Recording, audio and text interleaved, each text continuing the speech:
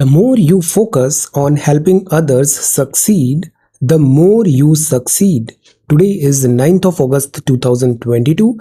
Let us have a quick discussion of all these important topics. This is Telegram quiz. Every day in morning we are having 5 such multiple choice questions. Join our Telegram channel. Then this is quiz number 98, science. A ball thrown outside from an artificial satellite revolving around the earth. अब ये जो ball है artificial satellite से बाहर इसको फेंका है और अर्थ के एक ऑर्बिट में है।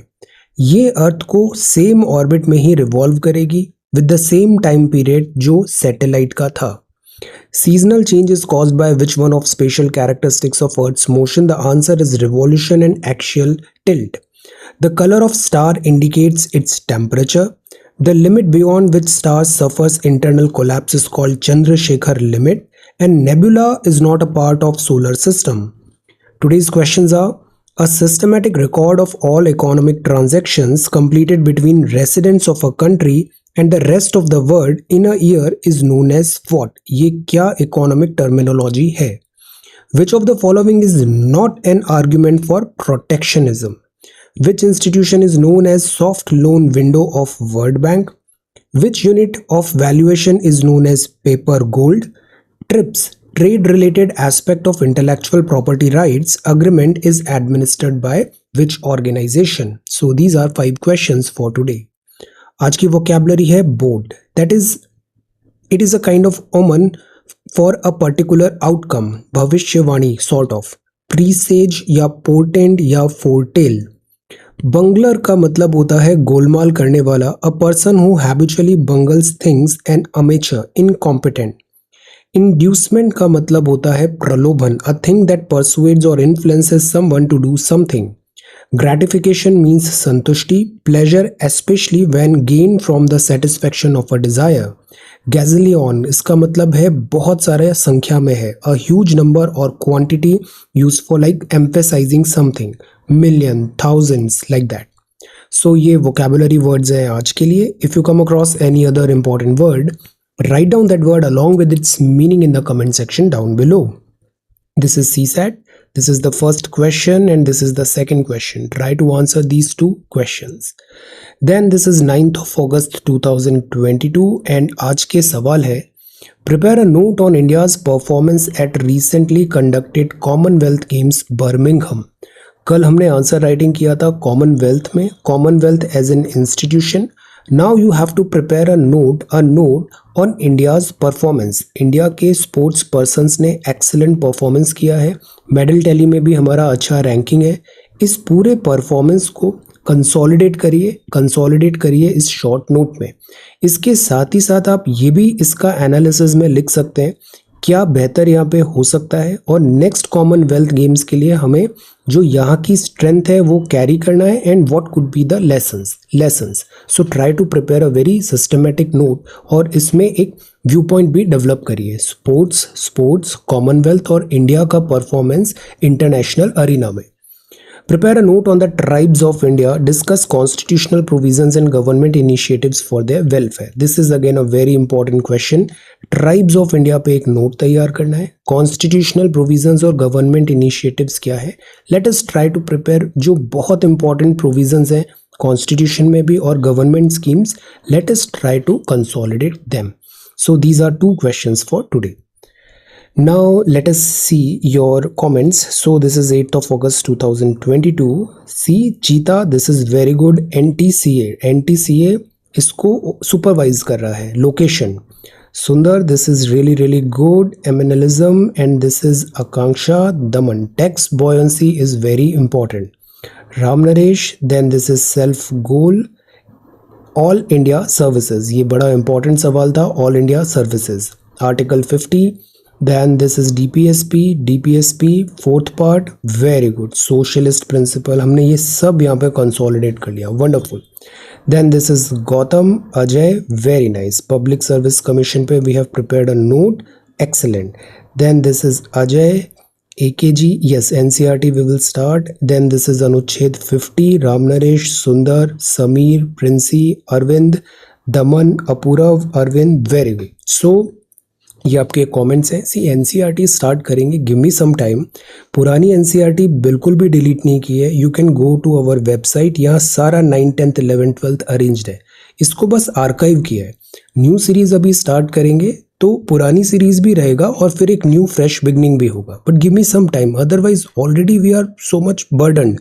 अगर बहुत जल्दबाजी करेंगे तो फिर अगेन उसमें डिफिकल्टी आएगा। So let us give some time, give me some time, will do that. Okay, अब ये 5th of August है, कमेंट्स भी जो आंसर राइटिंग भी है, अब जो नेक्स्ट अभी मंडे से अभी आंसर राइटिंग स्टार्ट हुआ है, इसको मैं सेपरेट वीडियो में कर दूंगा। आज इधर ही कंटिन्यू करते हैं। सो सी, पहला सवाल था दिस इज रुपी का जो फॉल हुआ है ये इंडिया के लिए अपॉर्चुनिटी है या फिर it's a trouble. You are suppose to present your arguments, आपको अपने आर्ग्यूमेंट्स देने थे, लॉजिक बता रहा था। सो सी, सतेंद्र ने बड़ा अच्छा लिखा है, छटनी का दौर है, स्टार्टअप में भी है, ब्याज दर बढ़ेगी, रोजगार सृजन, देन विदेशी मुद्रा की आवक। गुड, इसमें और सारे पॉइंट्स थिंक डिफरेंट पर्सपेक्टिव से। आप देखो वर्ल्ड में ट्रेड के पर्सपेक्टिव देखो, इंडियन इकोनॉमी इंटरनल पर्सपेक्टिव देखो, बैंकिंग सिस्टम का पर्सपेक्टिव देखो, एंटरप्रेन्योर का पर्सपेक्टिव देखो, ऐसे डिफरेंट डिफरेंट पर्सपेक्टिव्स देखिए। ओके, हम जो इंपोर्ट कराते हैं, फ्यूल इंपोर्ट कराते हैं, और जो सर्विसेज हम एक्सपोर्ट करते हैं उसमें क्या इम्पैक्ट पड़ेगा, और फिर इन टोटलिटी इसका ओवरऑल क्या इम्पैक्ट होना है। Ratna Priya, this is again really good, you are writing very good answers, wonderful. Then this is also good, pros and cons आपने यहाँ पे बताए हैं, then depreciation rupee, and then there is a conclusion. Read, very good, economics लिखा है, wonderful. ये था Commonwealth पे आंसर लिखना था। Commonwealth is again important, basics यहाँ पे हमने सारे कवर किए हैं, गुड। और कॉमनवेल्थ गेम्स का भी अब इसको कंटिन्यू करते हैं, आगे स्पोर्ट्स का हमें लिखना है। Samuel, this is again good, common. अब देखो this style is so good, this copy is so systematic, wonderful. Then this is depreciating of rupee, और इसमें आप दोनों स्टैंड ले सकते हो, बट आपको दोनों के आर्ग्यूमेंट्स प्रेजेंट करने, very nice. Shubham, quality and consistency, reasons क्या है, आपने रीजंस बताए 1 2 3 4। अपॉर्चुनिटी है या something to worry, very good. GDP और प्राइमरली हमने इकोनॉमिक्स से लिंक किया है, which is a good thing. Then this is British Commonwealth. ये जब कॉमनवेल्थ हमने ज्वाइन किया था तो सवाल उठा था क्या हम सुजरैनिटी जो हमारी है कॉम्प्रोमाइज़ तो नहीं कर रहे हैं, but then prime minister of India Jawaharlal Nehru ji ने कहा था नो, और फिर बताया था commonwealth is actually like minded countries हैं, कॉमनैलिटी काफ़ी ज़्यादा है, तो वो कॉमन पर्पस, कॉमन रिक्वायरमेंट्स को आगे फुलफिल कर पाएंगे। सो ये जो कॉमनवेल्थ होगा ये कॉमन जो कॉजेज़ हैं उसको ड्राइव करेगा फर्दर, दैट इज़ वाई हमने कॉमनवेल्थ को ज्वाइन किया था। देन दिस इज कीर्ति, ये भी आप सवाल बताओ, कॉमनवेल्थ का क्या ये मतलब होता है कि केवल जो ब्रिटिश कॉलोनीज थी वो ही केवल कॉमनवेल्थ ज्वाइन कर सकते हैं, या फिर जो कंट्री कभी ब्रिटिश कॉलोनी नहीं रहा वो भी कॉमनवेल्थ ज्वाइन कर सकता है। सुमन, यस, सुमन ने बहुत सारे अच्छे सजेशंस दिए हैं वीडियोस एंड क्लासेस के recording we will implement. Okay, so this is really good, आप बहुत अच्छे आंसर्स लिख रहे हो, इसको कंटिन्यू करना है। Harjinder, this is again really good. Nandini, बहुत अच्छे आंसर्स हैं, good, very nice. Then this is Kirti, systematic, inflation, then opportunity है। सी, इसमें दोनों व्यू पॉइंट करेक्ट है, all you have to do is कि आप उसको लॉजिकली एक्सप्लेन करो कि रुपी डेप्रिशिएट हो रहा है तो इसके ये प्रॉब्लम्स है, रुपी एप्रिशिएट हो रहा है तो इसके ये बेनिफिट्स है। ओके, इसको रोटेट करके पोस्ट। चंदन ने आंसर राइटिंग स्टार्ट रिज्यूम किया है, very nice. Commonwealth, then these are the certain pointers, very good. Daman, very nice. Foreign capital, so see economics लिखना है और to the point different aspects को टच करना है, दैट्स ऑल। पॉलमी, अब देखो पॉलमी का स्टाइल भी अच्छा है, cause and this cause, depreciation, appreciation, different word events को यहाँ पे कंटिन्यू किया, very good, this is really good। opportunity, see very elaborate answer, and बाद में एक conclusion भी है कि इसमें best way forward क्या हो सकता है, very nice। Deepali, this is again really good, map work is really good, answers बहुत extensive होते हैं, elaborate होते हैं, wonderful, this is really nice। so commonwealth is again important, international organization syllabus में लिखा हुआ है, और syllabus में भी वो सारी इंटरनेशनल ऑर्गेनाइजेशंस जिसका इंडिया पार्ट है। Now let us come to the Hindu newspaper discussion. Okay, will try to keep it very crisp and to the point. See, first है don't disturb normal affairs with Sri Lanka China to India. Beijing terms new Delhi's opposition to ship visit senseless. अब देखो, ये श्रीलंका है, श्रीलंका का port है Hambantota. Hambantota port है वो है लाइक श्रीलंका का हम्बनटोटा पोर्ट है, वहाँ चाइनीज़ प्रेजेंस ज़्यादा है। चाइना का अभी एक शिप था, उसने डॉक किया, शिप डॉक करती है पोर्ट पे, वो शिप डॉक किया इन इन हम्बनटोटा में। अब हम्बनटोटा में ये शिप आती है चाइनीज़, और श्रीलंका की प्रॉक्सिमिटी है इंडिया के साथ, सो ऑब्वियसली इंडिया का कंसर्न्स रेज करना जेन्युइन है। अब बीजिंग बोल रहा है कि ये जो कंसर्न्स हैं ये मिसप्लेस्ड है, सेंसलेस है। ये है फॉरेन मिनिस्टर स्पोक्सपर्सन, चाइना के फॉरेन मिनिस्ट्री स्पोक्सपर्सन, और चाइना का स्टेटमेंट है, I would like to reiterate 2 points. Sri Lanka is a transportation hub in the Indian Ocean. This is absolutely true. Sri Lanka transportation hub है. Then many scientific exploration ship including from China have stopped in the ports. This is also okay. Of Sri Lanka for supplies. तो जो ये Hambantota port है, जैसे ये ports होते हैं ना, जैसे हम्बनटोटा हुआ, सिंगापुर हुआ, ये सारे जो भी पोर्ट्स होते हैं ये major sea lanes of communication के इंपॉर्टेंट पोर्ट्स हैं। ऑन्ट्रे पोर्ट भी इन्हें बोला जाता है। What is the meaning of this? Tell. जैसे सिंगापुर हुआ, तो द पॉइंट इज़ जो इंटरनेशनल रूट्स की जो शिप्स हैं वो अक्सर यहाँ पे डॉक करती हैं, रिफ्यूल करती हैं, सप्लाईज लेती हैं। ये this is a very common practice. China always exercised freedom of navigation in the high seas, fully respect jurisdiction of coastal states, of scientific exploration activities within their jurisdiction border. अब ये statement verbatim on face देखें तो correct बैठता है, but the problem is with China is कि China बोलता है scientific exploration, but उसके बिहाफ में चाइना का साइंटिफिक एक्सप्लोरेशन चाइनीज स्टेट की जो डिमांड्स है उसको फुलफिल करने लग जाता है, geo strategic demands. So that is why यहाँ इंडिया का कंसर्न रेज करना एकदम जेन्युइन था। सो ये अभी पॉइंट रेज किए हैं, लेट अस सी ये आगे फर्दर हम इस पर क्या डिसीजन लेते हैं। इंडिया ने फ़िलहाल तो यहाँ पर एक बस ऑब्जेक्शन रेज़ किया है, और जो श्रीलंका है उसने कल, जैसे मैंने आपको बताया था, one China policy, join Instagram, we are posting good videos over there, short topic based videos, one China policy को एक्सप्लेन किया था। और वन चाइना पॉलिसी में से ताइवान भी आ जाता है, शिनजियांग भी आ जाता है, तिब्बत भी आ जाता है, हांगकांग भी आ जाता है। तो मेनलैंड चाइना अपनी प्रेजेंस एरिया बढ़ाने की कोशिश करता है। एंड श्रीलंका में कल परसों ही स्टेटमेंट आया था कि श्रीलंका चाइना की वन चाइना पॉलिसी को फुल्ली बैक करता है, फुल्ली एक्नॉलेज करता है। सो ये जो डिज़ाइन है, फॉर एग्जांपल श्रीलंका अभी चाइनीज़ डेट ट्रैप में भी था, फिर श्रीलंका चाइनीज़ शिप्स को भी डॉक कर रहा है हम्बनटोटा में, एंड देन ये स्टेटमेंट है। दिस इज़ अगेन, ये नॉर्मल अफेयर्स तो नहीं है। So that is why India ने जो ऑब्जेक्शंस यहाँ पे रेज किए, they are perfectly making sense, they are not senseless. Okay, then this is golden finish, this is Commonwealth Games. India का परफॉर्मेंस बहुत अच्छा रहा है, बीट लाइक से badminton, hockey, then this is 22 gold हमने जीते हैं, excellent.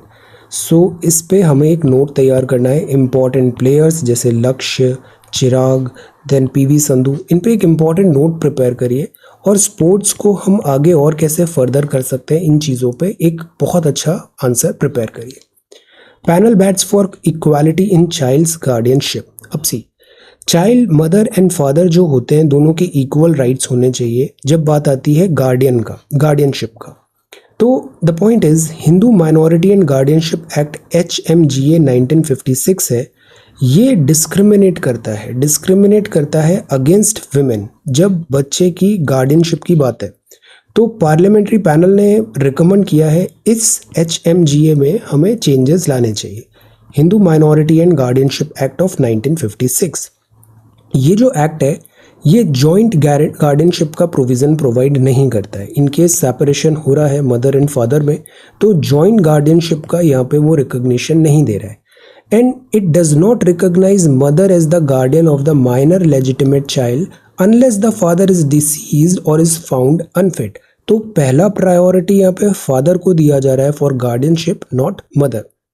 Act gives preference to father over mother, it goes against the right to equality. अब इस तरीके का प्रेफरेंस है तो वो इक्वालिटी के अगेंस्ट है।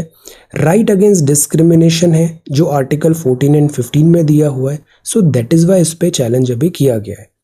सो नेचुरल गार्डियनशिप होना चाहिए। गार्डियनशिप में मदर एंड फादर और इनफैक्ट जॉइंट गार्डियनशिप के भी प्रोविजंस होने चाहिए। सेक्शन 6 जो है ये लॉज ले डाउन करता है कि जैसे हिंदू माइनर बॉय है या फिर हिंदू माइनर अनमैरिड गर्ल है, द फादर उसका नेचुरल गार्डियन होगा और उसके बाद मदर। सेक्शन 7 सेम एक्ट का बोलता है नेचुरल गार्डियनशिप होगी adopted son का who is a minor passes on adoption to the adopted father and after him to the adopted mother. So the point is father को preference दिया जाता है when it comes to guardianship over mother. So that is why इस biasedness पे सवाल उठे हैं और HMGA को जो पार्लियामेंट्री कमेटी है उसने रिकंसिडर करने के लिए बोला है। Then Krishna Godavari levels on the rise. Heavy rain है कैचमेंट में महाराष्ट्र, कर्नाटका, तेलंगाना और आंध्रा में। कैचमेंट एरिया क्या होता है टेल। अब पूरे रिवर का जर्नी बताओ। रिवर का जर्नी फ्रॉम से source to mouth, source to mouth, इसमें क्या स्टेजेस आते हैं, कुछ इंपॉर्टेंट फीचर्स बताइए, जैसे कि ऑक्सबो लेक कहाँ पर मिलता है, मिएंडरिंग कहाँ पर होता है, गॉर्जेस कहाँ पे बनते हैं, लाइक दैट। तो ये जो होता है ये कैचमेंट एरिया है। कैचमेंट मतलब पानी वहाँ से कलेक्ट किया। ये कैचमेंट एरिया से ज़्यादा पानी कलेक्ट हुआ तो डाउन स्ट्रीम मतलब फ्लो जो रिवर का ऐसा है तो नीचे की तरफ down stream with the flow, तो डाउन स्ट्रीम में पानी ज़्यादा पहुंचने के कारण फ्लडिंग होगा। तो CWC ने बोला है अभी और रेनफॉल्स हो रहा है और फर्दर फ्लडिंग कंटिन्यू होगा। ये रिवर्स हैं, इंद्रावती रिवर है जो गोदावरी की ट्रिब्यूटरी है, प्राणहिता रिवर है छत्तीसगढ़ में, ये सब ओवरफ्लो हो रही है। तो ट्रिब्यूटरी क्या करती है, ये मेन रिवर है गोदावरी, ट्रिब्यूटरी अपना पानी लाके इस मेन रिवर को देती है, तो this is called tribute, this is called tribute, so this is tributary. और एक होता है डिस्ट्रीब्यूटरी। गोदावरी या से जो गंगा का देखो डेल्टा जो बनाती है बंगाल में, ये रिवर्स जब समुद्र में जाती हैं तो डिस्ट्रीब्यूटरीज होती है, बहुत सारे चैनल्स के थ्रू वाटर डिस्चार्ज होता है सी में। So this is tributary and this is distributary. So these are rivers river Godavari की ट्रिब्यूटरीज। तो ट्रिब्यूटरीज ओवर फ्लडेड हो रही हैं तो ऑब्वियसली रिवर भी ओवर फ्लड होगी और फिर देन फ्लड लाइक सिचुएशन आएगी।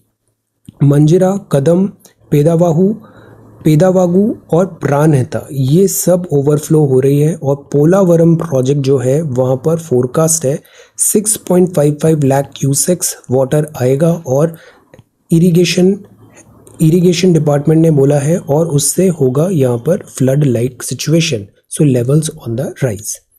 सो this is the front page of the Hindu. अब सी कल ही हमने बात किया था ये जो मांझा है Chinese Manjha, this is very harmful, इससे एक्सीडेंट्स होते हैं। और सी ट्रिप्ड बाय मांझा। सो ये जो चीज़ है इस पे रेस्पॉन्सिबिलिटी होना ज़रूरी है। जब मांझा अगर पतंग ऐसे आप उड़ा भी रहे हो, काइट्स, फेस्टिवल्स एक डिज़ास्टर में कन्वर्ट नहीं होना चाहिए। Then this is new hopes. New vice president of India है श्री जगदीप धनखड़ साहब, 14th vice president of India है। सो वाइस प्रेसिडेंट चेयरमैन भी होते हैं राज्यसभा के, इनका इंपॉर्टेंट रोल होता है राज्यसभा की रेगुलर फंक्शनिंग को इंश्योर कराना। A law without a law. तो again this article is about unmarried women को इक्वल फुटिंग में देना है in availing abortion services. Supreme court moves last week to set right a rule, और rule में ये था कि manifestly arbitrary violative of women's right to bodily dignity, ये वर्ड याद रखना है, बॉडीली डिग्निटी।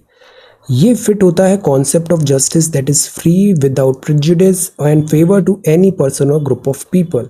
ये था कि if a women is unmarried then abortion laws में यहाँ पे सेलेक्टिविज्म दिखाया जा रहा था और सर्टेन राइट्स डिनाई किए जा रहे थे। सो यहाँ जो वर्ड था पार्टनर में नेसेसरली हस्बैंड होना ज़रूरी नहीं है, ये सुप्रीम कोर्ट का आर्ग्यूमेंट था। एक पर्टिकुलर केस आया था, उस पर सुनवाई करते हुए उसको एक्सेप्शन बताने के बजाय कोर्ट ने हाई कोर्ट के डिसीजन को ही टॉपल किया और सुप्रीम कोर्ट ने कहा इस प्रोविज़न में ही चेंज करना चाहिए सो दैट ये केस बाय केस बेसिस नहीं, ये एक यूनिवर्सल राइट बन जाए, ऑल केसेस में दिस टाइप ऑफ डिस्क्रिमिनेशन नहीं हो।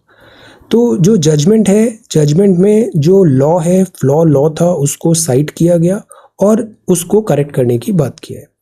This is medical termination of pregnancy act 1971 और इसके रूल्स हैं 2003। ये प्रोहिबिट करते हैं अनमैरिड वुमेन को who are between 20 week to 24 weeks pregnant to terminate the pregnancy, unmarried. And the court's argument pierced at the heart of the inequity in the law. Inequity in the law क्या था? If the married women had access to abortion facility during the same period, then why should an unmarried woman be prevented from using these services? So ये इसमें wrong था और इसको correct करने की कोशिश किया. तो this is a forward looking interpretation of the law or which is required. We are a modern form of government, we are modern form of judiciary, modern form of society. So we should be forward looking interpretation of the law. तो bench ने यहाँ पे बताया कि rules mention partner and not husband, but अब इसको overall देखा जा रहा है. So it is the surest example of the court's willingness to modernize and be progressive, modern and progressive, in order to remove this antediluvian inconsistencies in existing law. तो जो deficiencies हैं उसको ओवरकम किया जा रहा है और ये आर्टिकल 14 के फुल स्पिरिट के अंदर भी है. आर्टिकल 14 ये बोलता है इक्वालिटी बिफोर द लॉ होगा, इक्वल प्रोटेक्शन ऑफ लॉज होगा. सो दैट इज वाई ये करेक्टिव स्टेप यहाँ पे लिया गया. The law can not cherry pick beneficiary. Cherry picking नहीं करना है, selective case by case basis like that. There is to be any justice at all, the antiquated principle on which old acts were built. So ये law जो है this में यहाँ पे supreme court के जो ऑब्जर्वेशंस हैं they are like this. Okay, अब ये है macro variable projections in uncertain times. International factors है, फॉल्टी डेटा है, ये इम्पैक्ट कर सकता है प्रिडिक्ट करने पर GDP, inflation, balance of payment का क्या सिचुएशन होने वाला है. ये जो 3-4 वर्ड्स हैं ये मैक्रो इकोनॉमी कहलाते हैं. कंट्री लेवल पे हम इसको डिस्कस करते हैं. अब देखो, माइक्रो मतलब इंडिविजुअल लेवल, मैक्रो मतलब कंट्री लेवल. अब कंट्री लेवल पे ये जो डेटा चाहिए हमें, ये डेटा में बहुत अनसर्टेनिटी है बिकॉज वर्ल्ड में वी डोंट नो नेक्स्ट क्या होने वाला है. Taiwan crisis. सेकंड, जो डेटा है वो रिलायबल है या नहीं है. रिलायबल डेटा नहीं है तो फिर प्रॉब्लम्स होती है. सो मैक्रो वेरिएबल प्रोजेक्शंस में अनसर्टेनिटी है. बिहाफ ये है, बैकड्रॉप ये है, फेड ने, यूएस फेड ने इंटरेस्ट रेट 0.75% बढ़ाया बिकॉज कल ही हमने देखा था इन्फ्लेशन एक ग्लोबल फिनोमिनन हो गया है. पूरे वर्ल्ड में इन्फ्लेशन से कंट्रीज बैटल कर रही है, बैंक्स, सेंट्रल बैंक्स बैटल कर रहे हैं. इंडिया में भी एमपीसी स्ट्रगल कर रहा है इन्फ्लेशन को 4+-2% पे कंटेन करने का. अब देखो प्रॉब्लम क्या है. पहला प्रॉब्लम है अनसर्टेनिटी. रशिया वॉर यूक्रेन का है, इसका क्या आगे प्रोग्रेस होगा. इकोनॉमिक सैंक्शंस जो रशिया पे लगी है इससे क्या इम्पैक्ट होगा. जीरो कोविड-19 पॉलिसी चाइना की है तो वो लॉकडाउन लगा देता है. लॉकडाउन लगाता है, China is manufacture house of the world, तो उससे बॉटलनेक्स आ जाते हैं सप्लाई में. तो this is one problem. Second, जो पॉलिसी है वो बेसिस ऑन डेटा होती है. अगर डेटा ही रॉन्ग है, रॉन्ग डेटा मतलब wrong decision making. So this is also one problem. Stagflation का दौर चल रहा है. स्टैगफ्लेशन मतलब इन्फ्लेशन भी है और नॉर्मल केस में इन्फ्लेशन के साथ इकोनॉमिक एक्टिविटी भी बढ़ना चाहिए, एम्प्लॉयमेंट भी बढ़ना चाहिए. बट यहाँ पे इन्फ्लेशन है और अनएम्प्लॉयमेंट है, एम्प्लॉयमेंट नहीं बढ़ रहा है. So this is called stagflation. SARS-CoV-2 के कारण डिफिकल्टीज आई हैं. वर्ल्ड में सप्लाई साइड का एक बॉटल नेक बना हुआ है. इन्फ्लेशन बहुत ज़्यादा सीरियस कंडीशन पे पहुंच चुका है. ग्लोबल इकोनॉमीज जो हैं वो स्लो डाउन हो रही है. Many countries have faced stagflation. China का जो पॉलिसी है, अगेन वी डोंट नो कि इसमें अगर फर्दर केसेस बढ़ते हैं चाइना में तो वो लॉकडाउन लगाएगा, सप्लाई साइड बॉटलनेक होंगे. प्लस ताइवान के साथ अगर फाइट होती है तो क्या इसका रैमिफिकेशंस होंगे. फिर कोविड-19 तो है ही, साथ ही आ गया है मंकी पॉक्स. मंकी पॉक्स मतलब अगेन वर्ल्ड हेल्थ ऑर्गेनाइजेशन ने public health emergency of international concerns बताया है. देन यूक्रेन कॉन्फ्लिक्ट का results we don't know. Then war और जो सैंक्शंस होती है इससे यूरोप को डिफ़िकल्टी हुआ है. यूरोप को डिफ़िकल्टी हुआ तो इंडिया का एक्सपोर्ट इम्पैक्ट हुआ.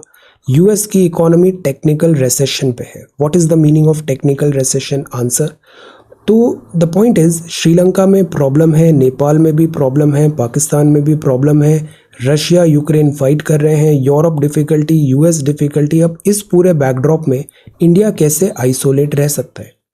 बिगेस्ट डिसरप्शन एनर्जी का भी आया है. जैसे रशिया मेजर एक्सपोर्टर है ऑयल एंड गैस का, सैंक्शंस लग गई तो वर्ल्ड में ऑयल प्राइसेस का भी स्पाइक होगा बिकॉज सप्लाई शॉर्टेज हो रहा है.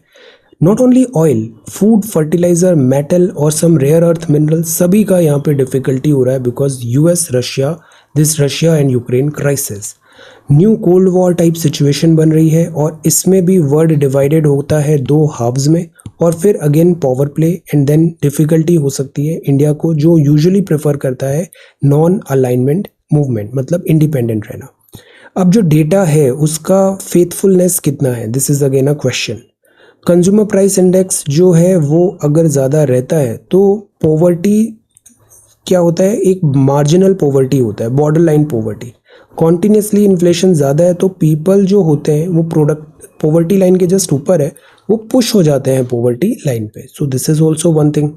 देन हमें एक डिफरेंट इंडेक्स बनाने की ज़रूरत है जो इन्फ्लेशन को बेटर वे में गेज कर पाए। इन्फ्लेशन का इम्पैक्ट रिच पे कितना हो रहा है, मिडिल इनकम पे कितना हो रहा है एंड पुअर पे कितना हो रहा है। 94% वर्कफोर्स इंडिया की है वो अनऑर्गेनाइज्ड सेक्टर में है। अब अनऑर्गेनाइज्ड सेक्टर मतलब data problem and proper government regulation monitoring is a difficult task. So that is Y unorganised sector होने के कारण हमारी इकोनॉमी का जो डायरेक्शन है उसको गेज करना मुश्किल हो जाता है। पॉलिसी मेकर्स फॉल्टी डेटा होता है तो वो पॉलिसी फॉर्मुलेशन नहीं कर पाते। So the whole idea is, जो मैं आपको हमेशा बताता हूँ, इकोनॉमी में आज की डेट में नोबडी नोज क्या चल रहा है। The problem is compounded bye international factors. Ukraine war क्या होगा, क्या इंटेंसिफाई होगा, विड्रॉ होगा, सॉल्यूशन होगा, कोल्ड वॉर होगा। तो macro variables, GDP, inflation, balance of payment, इनके बारे में आइडिया लगाना is very very difficult. PMLA verdict due process will be bulldozed. यहाँ एक प्राइमरली आर्टिकल है कि ये जो मनी लॉन्ड्रिंग एक्ट है, मनी लॉन्ड्रिंग एक्ट ऑफ 2002 है, इसमें जो एक्स्ट्रा ऑर्डिनरी प्रोविजंस भी मिलते हैं से ईडी को, वो जस्टिफाइड है या नहीं है। अगेन हम देखें तो पीएमएलए के अलावा इंडिया के पास रेगुलर दूसरे लॉज भी हैं, जैसे इंडियन पीनल कोड में प्रिवेंशन ऑफ करप्शन एक्ट है। It is govern by the regular criminal processes. तो द आइडिया इज़ कि अगर पीएमएलए में जो एक्स्ट्रा ऑर्डिनरी प्रोविजंस मिलते हैं वो अगेन फंडामेंटल राइट्स 14, 20, 21 के अगेंस्ट तो नहीं है। This is the case. Let us see, इसमें कुछ पॉलिटिकल एंगल भी है। Let us see, will revisit it again. For now we should be knowing कि मनी लॉन्ड्रिंग क्या होता है, डिफरेंट टाइप्स क्या होते हैं, और इसके लिए पीएमएलए 2002 नाम का एक एक्ट है। Launch a national tribal health mission. This is again very important. आप बताओ इंडिया की कितनी पॉपुलेशन परसेंटेज ट्राइबल है। अब देखो, ट्राइबल्स जो होते हैं, अभी इंटरनेशनल डे था वर्ड्स इंडिजिनस पीपल का। Tribals are our like identity. India में जो ट्राइबल्स हैं इनको राइट्स हैं, और राइट्स हैं कॉन्स्टिट्यूशनल भी और गवर्नमेंट पॉलिसीज़ में भी। तो आज का जो सवाल है वो भी यही था कि राइट्स, कॉन्स्टिट्यूशनल, गवर्नमेंट पॉलिसीज़ को कंसोलिडेट करना था। द आइडिया इज़ कि जैसे जो इंडिया का प्रोग्रेस है, जो फ्रूट्स ऑफ बेनिफिट है, वो हर सेक्टर ऑफ सोसाइटी में पहुंचना ज़रूरी है। और सबसे इम्पॉर्टेंट चीज़ जो होती है वो होती है हेल्थ सर्विसेज प्रोवाइड कराना। Health, education, economic employment, development, growth, these are bare minimum. तो ट्राइबल्स के लिए इंडिया में से 809 ब्लॉक है। इसमें बस प्राइमरली ये बताया है, फोकस किया है कि जो हेल्थ कंडीशन है उसको हम ज़्यादा एम्फेसिस करें। हेल्थ में जैसे हमने अभी एग्रीकल्चर क्लास में भी पढ़ा था फॉर प्रीलिम्स कि malnutrition is one thing, disease का एक बर्डन हो जाता है, like malaria, tuberculosis etcetera. Disease burden को कम करें। और बहुत सारी जैसे वैक्सीनेशंस वगैरह भी है, उसका कवरेज ट्राइबल एरिया में नहीं हो पा रहा है, उसको इंश्योर किया जाए। So the idea is tribal जो नॉलेज है, ट्राइबल नॉलेज है मेडिसिन की, उसको भी सेफ गार्ड करना है, प्रिजर्व करना है। And at the same time यहाँ हमें ट्राइबल्स को मेन स्ट्रीम में लाके health, economic, education benefits provide करना चाहिए। So launch of a tribal national health mission एक रिक्वायरमेंट बनता नज़र आ रहा है। हमको इस पे एक ट्राइबल पे नोट बनाना है और important government initiatives, constitution provisions को कंसोलिडेट करना है। This is again very high एल्डिंग। The fight for fiscal autonomy है, ये है स्टेट्स को ऑटोनॉमी रिगार्डिंग देयर एक्सपेंडिचर्स और जीएसटी इसका बैकड्रॉप है। बिकॉज जीएसटी में बहुत सारे स्टेट्स ने अपने टैक्सेशन राइट्स, इनडायरेक्ट टैक्सेस को ड्रॉप किया, तो जीएसटी से कंपनसेशन मिलना ज़रूरी है। और जो आर्टिकल 280 है finance commission, vertical devolution of finances से taxes etcetera, consolidated fund of India, वो स्टेट्स को प्रोवाइड करे। अब एक चीज़ और था यहाँ पे, एक टर्म था कि जैसे जो सरचार्ज और सेस है, सेस का परसेंटेज बढ़ता जाता है, तो क्या सेस के लिए गवर्नमेंट बाध्य है सेस को राज्यों के साथ शेयर करने के लिए? Okay, fiscal autonomy. Consumer confidence falls, people's campaign to rebuild Kerala, and then this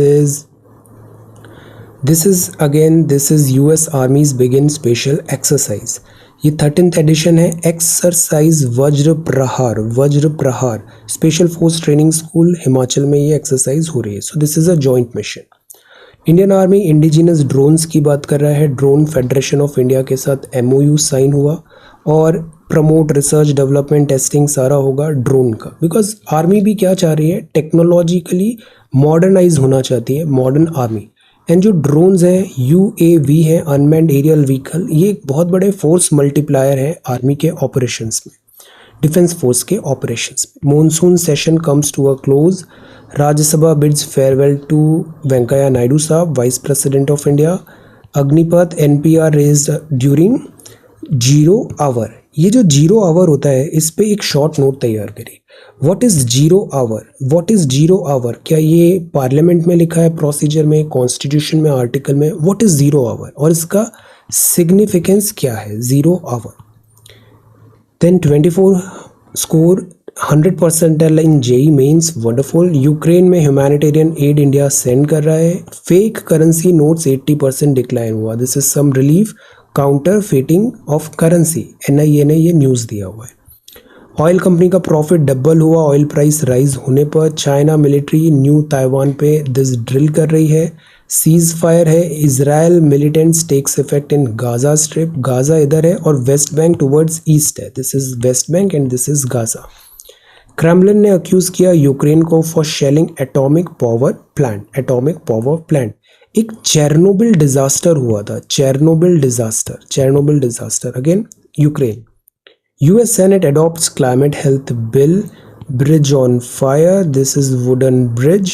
Myanmar envoy to China and EU releases final text Iran nuclear deal. Then 5-fold rise हुआ है भारतीय एयरटेल के प्रॉफिट में, रुपी slide हुआ है। 1.62 लाख का monetise government करने की कोशिश कर रही है। इंफ्रास्ट्रक्चर मोनेटाइजेशन, ये है नेशनल मोनेटाइजेशन पाइपलाइन। इसका काम क्या है कि जो इंफ्रास्ट्रक्चर आइडल पड़ा है सरकार का, फॉर एग्जांपल रोड्स एट्सेट्रा, उस इंफ्रास्ट्रक्चर को मोनेटाइज किया जाए, वहाँ से पैसे जनरेट किए जाए। So this is monetisation. Then this is Ranji Trophy. This is Evergreen Sharad Kamal, Golden Blaze and Golden for Sindhu, Lakshya, very nice, Chirag. Then chess में भी India is doing relatively good. So this is the Hindu newspaper. Okay. So ये आज का newspaper है. So thank you so much for watching this video. Take care, study well and be safe.